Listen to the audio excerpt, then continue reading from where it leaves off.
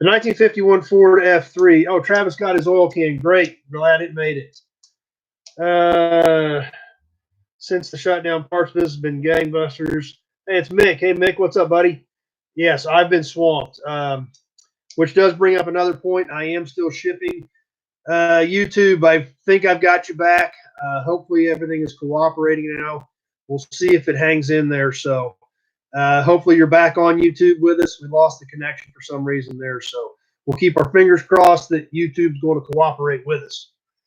I am still shipping. FedEx, USPS is still running. So if you guys need anything, just give me a call. I am caught up right now. I did get everything out at the end of the week. I've got a few more to package up and get rolling for tomorrow. But, yeah, give me a call. We're still rolling. There's lots of things going on.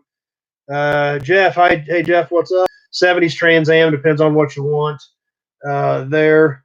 YouTube, I hope you're on with us. If you are, I'm keeping an eye out for your comments also if it's going to cooperate with us. So anyway, the 51 Ford F3 pickup that I just got, super solid. Still got the flathead in it. Been sitting for years, though, so who knows if the motor's any good. But cab's really nice. Even the front fenders are pretty solid. Like I said, bed's banged up a little bit, but I'll get a video put together on that here soon. 62 Ford Unibody. I do not have any of those at all right now. So I've got some mid-60s Ford stuff, but no Unibodies. So anyway, that takes care of the new inventory this week. I do have plans to try to make some more runs this coming week. I've got a lot of stuff bought. I've got to get picked up. So I'm going to try to get some more stuff drug in. Stay tuned for the live on locations. If you guys enjoy those, I try to pop those up when I'm out in a field, in a pasture, in an old, scrap yard, wherever I'm at, loading stuff up. So if you guys are enjoying those, let me know. I'll keep doing those too. Some of those are kind of cool. 67 Bonnevilles. I do not have any 67 Bonnevilles. I've got Grand Prix is the only thing I've got full-size 67. Front fenders left and right for 59 Apache. Depends on which ones you need. And shipping isn't a problem, so that's not an issue. 61 Buicks. I've got one LeSabre 4-door and one LeSabre wagon in stock right now. So that's the new inventory. Hopefully have some more cool stuff coming in this week. So keep watching for that. I've got some more pictures to post. I did shoot pictures of the 62 Catalina the other day. Thanks for the blue thumbs on Facebook. I appreciate those. So I'll try to get some pictures of that Catalina posted. 65 El Camino hood core support and bumper brackets. I don't have anything there. 69 El Camino. I've got a 68, but it's pretty rough. 41 Plymouth taillights. That I'm not sure on. Give me a call and I'll get you on my list tomorrow and check that and see. 55 Chevy stepside pickup. Nothing that's complete and intact. I've got parts, but no good projects in those. YouTube, I hope you're hanging in there with us. I'm not seeing any comments. I see some people on, but I do appreciate you being here. We're hoping this thing works for us there. So, okay, yeah. So, if you need anything in particular or looking for a project or whatever, give me a call. I've got a lot of options there. So, the big things. So, depending on where you're at and if moving them is feasible, give me a call and we can sure talk about it. So I thought that one of the things I would touch on tonight is Pennsylvania. Yeah, the problem with Pennsylvania is there's just not any feasible way to really get them here. It costs so much to truck them here that it would be just difficult and probably cost prohibitive. So then they're really kind of somewhat surprised when I tell them. The facility that I have that we walked around today, if you didn't catch the live, you can go back and catch some of that. But everything I've got in my big area, I've done since 2011. In 2010, that facility was a regular late model salvage operation. There wasn't hardly anything in there over 20 years old. At the end of 2010, I struck a deal with the owner on it. That facility's been there since the early 50s, but it was always a late model production yard. It just evolved as cars evolved. And when I bought it, like I said, I bought the dirt, the buildings only, and there was not hardly any vehicles there under 20 years old that were over 20 years old, which is why I only bought 4 cars from him, because there wasn't anything else there I was interested in. It was all newer stuff. So they crushed it out. And and I bought the property, and then I started moving in old stuff. At that time, I had about 120 of them that I moved in. The Chevy Love, it's not complete. I've got a kid that he needs off that truck. 55 DeSoto wagon, yes, it is still here. We actually looked at it today on the live stream this afternoon. It is still intact. It is all there with the exception basically of the grill. Still has its Hemi in it. So super cool wagon. I'd love to see somebody do something with that car. I would love to do something with that car. I just don't have the time to do it. So anyway, that's kind of how I ended up where I'm at. I've been doing this forever, my whole life. I mean, my dad did it. Obviously, we've been moving a lot of cars in from his place as he winds down. So I grew up in this stuff, I don't think.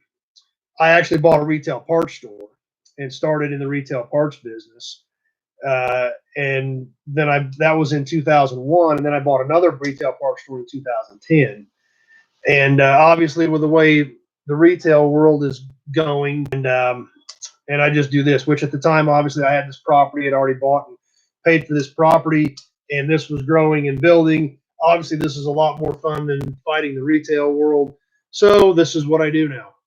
Do I ship cars? Yes, we can ship cars. I have a lady who is a broker that I can contact with if you need to get a car shipped. I send basically everybody to her. That doesn't necessarily mean everybody uses her. However, the reason I send everybody to her, she does the background checks on these drivers. She makes sure that they are actually a licensed carrier, that they have equipment. She checks to make sure they have, things like tie downs, which shocking as you may, so shocking as it may be, some of these transporters they've got carrier insurance. So that's why I basically send everybody to her, because she charges you a fee for that, but she checks all that stuff out. And if somebody's picking up a car shipper halfway across the country for you, you'd want to know that it's with somebody who's reputable, that has insurance if something happens and things like that. Contact is best to call. Absolutely. The only way to have a discussion with me is to call me. And there's so many different reasons for that.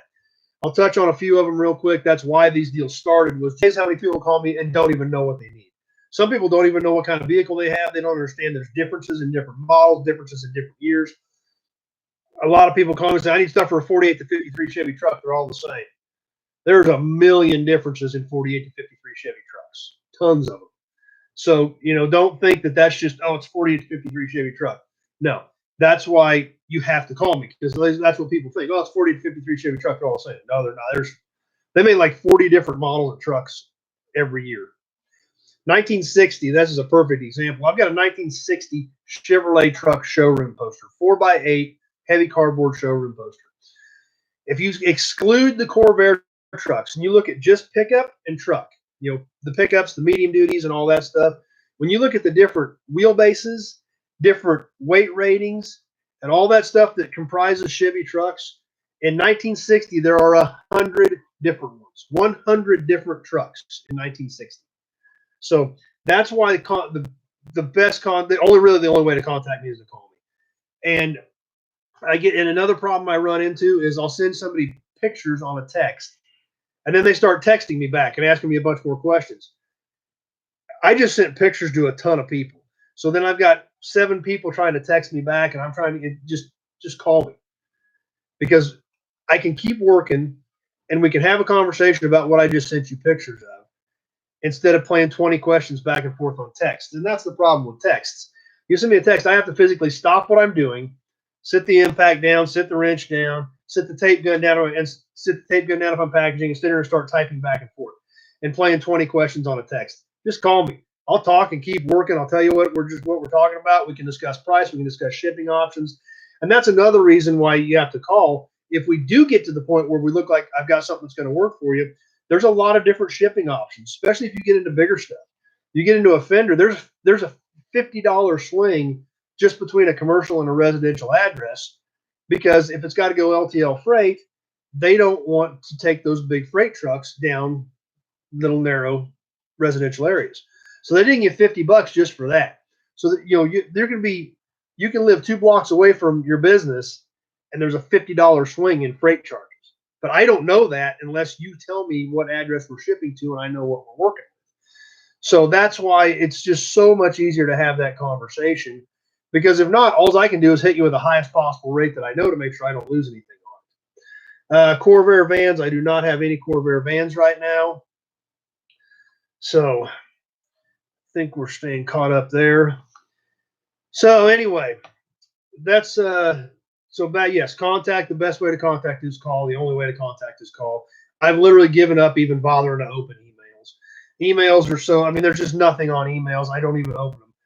2 out of 10 may even be somewhat answerable. So I literally just bulk delete them because they're not even worth my time going through and opening them all up, trying to find something that might even be a way to answer it. Because I get emails like, "You got any Chevy trucks?" Yes, I have Chevy trucks. I don't know what you want. I don't know what you have in your head. I don't know what you want to build. I need to know all that. On YouTube, anyone having problems with the video loading or lagging? It might be, Carlton. I apologize. We've had some issues on YouTube. Facebook, we have seemed to be okay. YouTube has been giving us some fits tonight, as it did last week. So, yeah, Chris says he's having problems too. So I apologize to you guys on YouTube. I don't know what our connection issue is there. So I'll see if I can work on that for next week. Update on my COE. I've got 2 chassis on that, so not much update on it, unfortunately.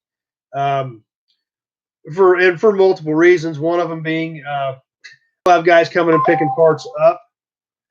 So if you do need to come pick something up, obviously I am not open to the public, so I can schedule you in one at a time. So it's not too big a deal. I can't have too many people here because there's no way for me to keep up. So if you are coming through and need to set something up to schedule some time to pick something, I will see what I can figure out on there. So anyway, that's basically what I had tonight. Oh, trivia. We got to do trivia real quick. So for late 20s, early 30s era Chevy, it's kind of chipped up, but it's pretty cool. This came out of the place where I bought tons of badges. In my feed this afternoon, you'll probably know right away. In 1942, obviously the U.S. was right on the verge of, or they were entering World War II by 1942, but the 1942 cars were obviously already in production. However, the last 2 or 3 months worth of production, they all these stainless, and this week,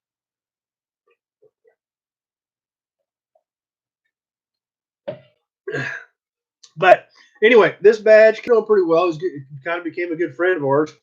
He was helping this family sell stuff off. That Mike Barger address, so I can get this on the way to you. Those blackout models, and Wayne got it also right after that. So Wayne, give me a call also afterwards, and I'll go ahead and get one out to you too, since you were probably hitting it about the same time as Mike was. So Wayne and Mike, I will get Chevrolet badges out to both of you. Let's see, where will they be caught up here in comments? Those came in at about the same time. So I've got all your names written down. 620-786-4428 is my number. I will get that reposted on the text part after we get done here. And yeah, we got lots of people hitting it now too. So YouTube still isn't cooperating. Summer, and he was in his 90s. But when he was a kid, his dad had a scrapyard, and this was during the war drive back in the super cool badges from him. A Federal truck, Mack truck. I can't even think of them all off the top of my head. So, if everybody else is wrapped up and we don't have any other questions, I will work on something for YouTube next week, and hopefully it will work better because for some reason, whatever, it's looking fine on my end, but obviously on your guys, it is not coming through at all.